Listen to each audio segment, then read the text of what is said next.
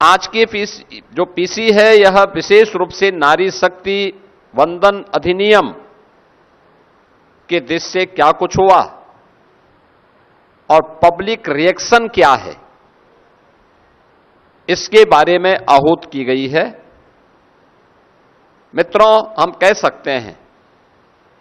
आधी आबादी के मन में विपक्ष के इस नारी विरोधी आचरण के बारे में भारी आक्रोश है और वह आक्रोश कांग्रेस और इंडी गठबंधन के सहयोगी दल Samajwadi party, RJD, TMC, DMK और अन्य उन दलों का जो इस पाप में भागीदार थे, उनके प्रति आधी आबादी के मन में यह आक्रोश आज देखने को मिल रहा है कि कैसे एक और प्रधानमंत्री जी के द्वारा उठाए जाने वाले एक एक समाज के, देश के हित में जो कदम उठाए गए हैं,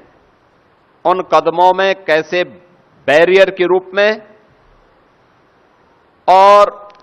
उन कदमों को आगे बढ़ने से रोकने के लिए इंडी गठबंधन किस हद तक जाकर के षड्यंत्र करता है। 2023 में नारी शक्ति वंदन अधिनियम पारित हुआ था, लेकिन जब महिला संगठनों, सामाजिक संगठनों ने इस बात की मांग की कि यह अधिनियम 34 की बजाय 29 में लागू हो, तो उनकी मांग के अनुरूप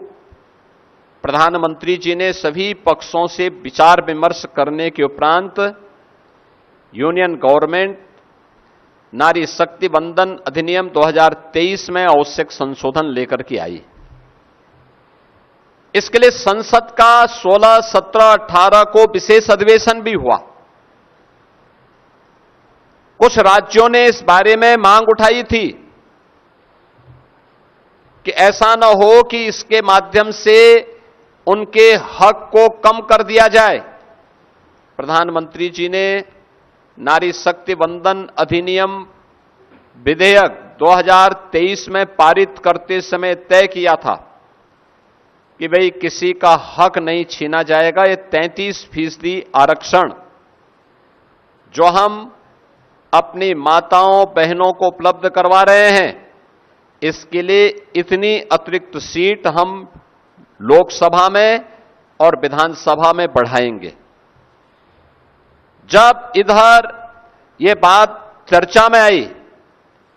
कि दक्षिण भारत के राज्य मांग उठा रहे हैं कि साहब हमारा हक कम होगा, तो प्रधानमंत्री जी ने इस बात के लिए और माननीय गृह मंत्री जी ने भी इस बात के लिए आश्वस्त किया कि 2011 की जनगणना के अनुसार जो व्यवस्था है उसी के तहत जैसे अन्य राज्यों में,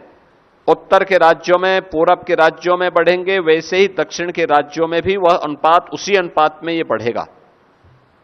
हक किसी का कम नहीं होना है, केवल एक ही इच्छा है